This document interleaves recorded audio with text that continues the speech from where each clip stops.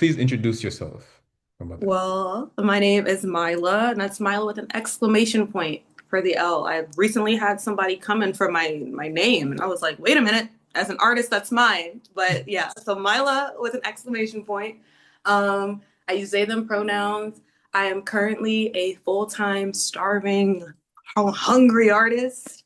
Um, and yeah, that's me. I make black art. I describe my art as lesbian world building. That's where I'm at right now.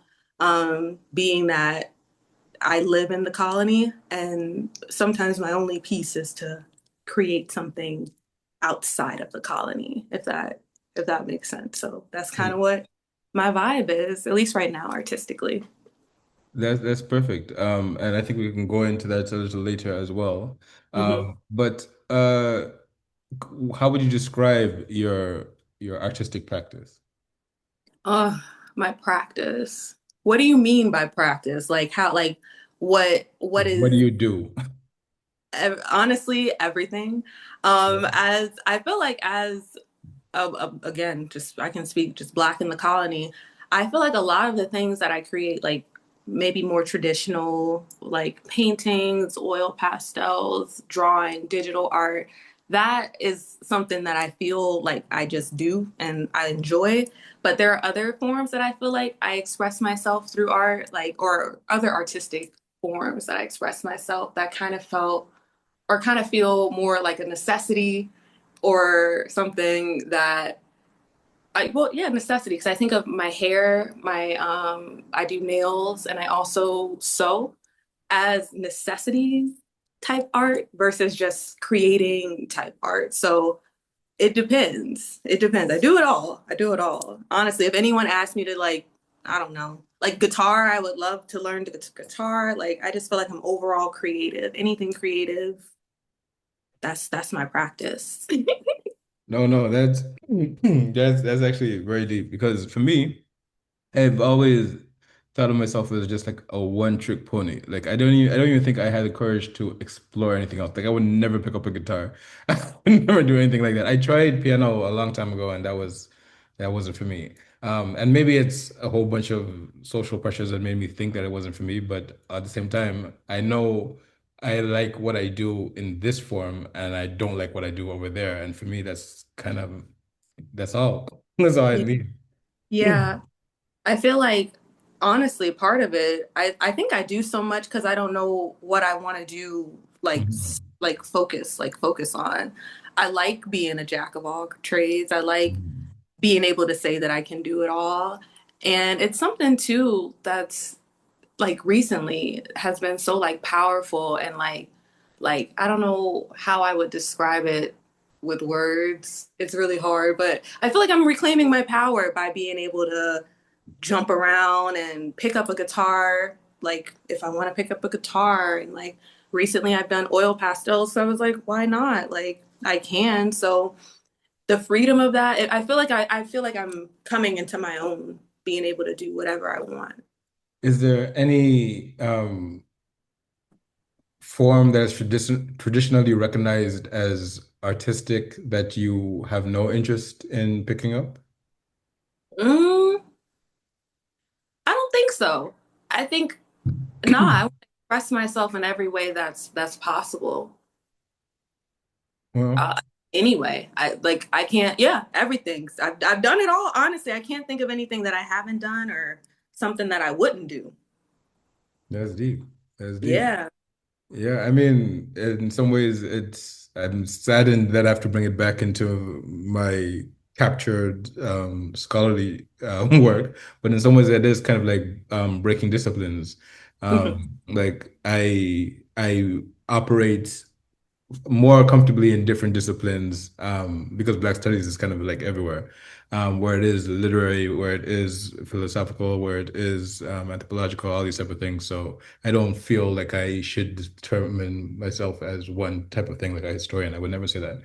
So in that way, I can relate. But in terms of what I care about most, my actual soul art, no, I'm a one trick pony. But anyway, maybe. Is it though one trick pony? Because you do writing and you do film and you like film, don't you? I like film, but film is expensive, and I think if I had the ability to like go to film school slash have access to a camera and people who can act, then yeah, that would be useful. But I think yeah. I know I you're think gonna critique. cop out. Yeah. I think like right now where I'm at artistically too is like if you want to do it, do it. Like Yeah. I like at the point or even like thinking about art supplies and how canvases are expensive. I have cardboard in my closet. This is like butcher paper on my walls, like cans and like I'm thinking about like not having a camera, like go to the thrift store, steal the camera if you want to art. The art needs to be made, you know? Yeah. Especially like I wouldn't want nothing's in your way if it's supposed to be made. So Not you calling me colonized on my first show, but anyway, dang let's just how it go. it. It's all And right. then you were talking about film school? Film Yeah, school? yeah. But I mean, like, I can't even operate a camera and I can't learn how to, where's the off button type of thing, or the zoom and all that.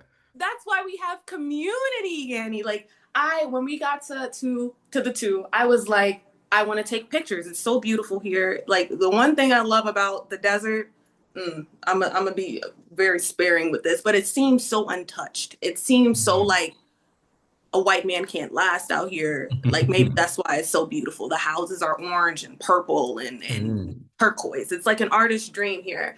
And we came here and I had this like film camera that I thrifted in one of our other small white towns from back the way, and you know, whatever. And I had this film camera and I brought it and I'm like, I don't know how to work this shit. I don't know what it is. Like, Mhm. where am I? But I like it's cool looking. We brought it to a camera shop, a camera repair lady, and she was like, I don't have the things that you need here, but this lady down the street, she has what you need here. First of all, I've never had someone redirect me like and help me in a way like that, especially like artistically. And we end up going to this camera store. It's brown owned, family owned. Like they're speaking in Spanish. The daughter is to the dad, I'm assuming. And there's like white cowboys looking at like film and stuff like that. And she takes the time and she helps me load the camera. She's telling me what this film is and when I should use it, like the time of day. And she's just sharing this with me like just naturally. And we end up getting another camera while we're in there. We end up getting stuff for free because they're just nice and chill and community oriented here. But if I didn't have the gumption to buy the camera, if I didn't have the gumption to interact with community, I wouldn't be able to take film pictures. You wouldn't be able to like, you know, you gotta do the research. Gotta get it out. Yeah. No, no. Clearly, it's almost as if the forces that I would try to set my art against got me before I even got a chance to get up off the ground because I was corrupted by my belief that okay, you have to have this thing or do this thing or know this thing. When I would have made films that would criticize all of these things. It's almost Mhm. as if it's what they call it, the preemptive strike on what I've done. But yeah, this is a moment for me to kind of figure out how to get out of Break that trap, free. break I free for feel like real. the way I think about it too, because I'm learning myself, you know, but it keeps me going in this state to be pursuing art and to be okay with messing up, making bad art or not it not being my vision. At least I'm doing something that's outside of like all of this evilness around, you know, creating something like that's it's a lot of pressure to create. Um, especially here because I feel like especially the art that I make, it's very like I'm looking around because it's all over and surrounding me, but it's a lot of Black people experiencing things that they never got to experience or never get to experience. Joy, unapologetic, like just disposition. I don't know, like color. So many things that I feel like we were robbed from that I feel like I have to make, but how do you make something you don't see? How do you make something that you rarely feel, rarely can touch, can taste, amidst feeling like it's like what's the death is